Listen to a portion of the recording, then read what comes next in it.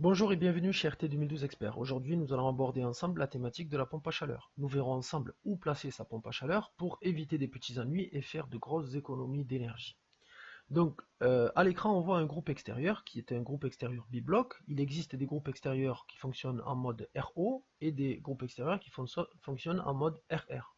En mode RO, on peut chauffer un plancher chauffant par exemple, et en mode RR, on peut se raccorder à des diffuseurs comme des splits, des gainables ou encore des consoles pour diffuser l'air chaud dans la maison.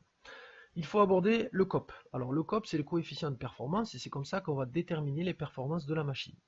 Le COP est ici sur l'axe des ordonnées, donc à la verticale, et par exemple ici j'ai un COP de 2, à peu près un peu plus, pour une température de départ de moins 20 degrés. Ça veut dire que pour 1 kW d'électricité consommée par la machine, celle-ci va restituer 2 kW de chaleur.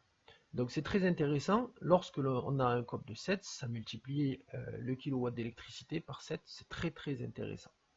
Donc on voit que ce COP est élevé en fonction de la température de départ. Donc ça peut être la température de départ extérieure ou la température de l'eau qui arrive. On voit que par exemple pour une eau ici à moins 20 degrés, eh bien, on a un COP de 2. C'est quand même intéressant, c'est mieux qu'une chaudière à condensation ou que des radiateurs, des panneaux radiants. Mais on voit ici que pour une température de l'eau à 20 degrés, j'ai un COP qui est supérieur à 6, qui est très intéressant. Et là, je vais réaliser beaucoup d'économies d'énergie. Donc, ce qu'il faut faire, c'est placer son groupe extérieur au sud. Si vous le placez au sud, vous allez augmenter la température de départ. Et donc, vous allez avoir un COP qui est plus important. Il faut absolument que votre groupe extérieur soit ensoleillé, de manière à avoir une température de départ plus importante et un COP à l'arrivée qui soit plus important. Et aussi, ça va vous permettre d'éviter ce genre de petits soucis. Ça veut dire que on a souvent des appareils qui givrent.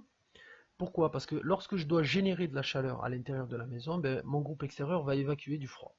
Et s'il fait déjà froid à l'extérieur, ben, ça va encore ajouter du froid au froid existant.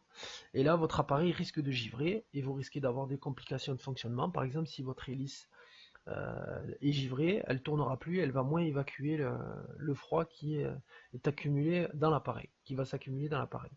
On voit ici voilà, des appareils qui sont complètement givrés et ça pose des problèmes de fonctionnement. Ce que je vous invite à faire, c'est poser votre groupe extérieur dans un endroit très ensoleillé. Si vous avez un toit terrasse, mettez-le sur le toit terrasse pour éviter tout ce qui est nuisance sonore. Avec le voisinage, ça peut être une source de problème. Et on sait que l'entente avec les voisins, c'est très important. Gardez une bonne entente avec vos voisins. Placez vos groupes extérieurs dans des endroits qui ne gênent pas le voisin et qui soient au sud pour que vous puissiez faire des économies d'énergie. Merci de nous avoir suivis chez RT 2012 Expert. J'espère que cette astuce vous permettra de réaliser des économies d'énergie, de mener à bien votre projet. N'hésitez pas à consulter notre site internet rt2012-expert.fr et commander vos études thermiques. Merci.